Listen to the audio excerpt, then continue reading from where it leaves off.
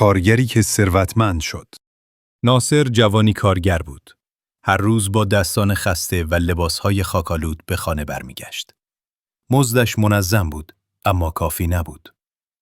سالها گذشت و زندگیش تغییر چندانی نکرد.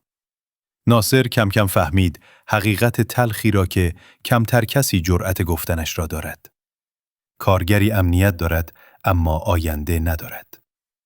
او دید هر ماه مزد می‌گیرد و همان ماه مصرف می‌کند. پول می‌آید و می‌رود بی آنکه چیزی باقی بماند. یک شب با خودش گفت: اگر تمام عمر برای دیگران کار کنم، همیشه محتاج می‌مانم. ناصر تصمیم گرفت تغییر را از یک کار ساده شروع کند. 20% از درآمدش را پس‌انداز کند. 80% باقی را برای زندگی و نیازهای روزمره مصرف می‌کرد.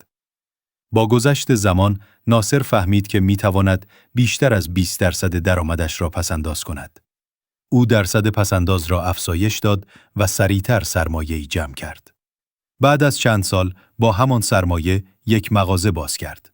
شبها پس از کارگری روی مغازه‌اش کار می‌کرد.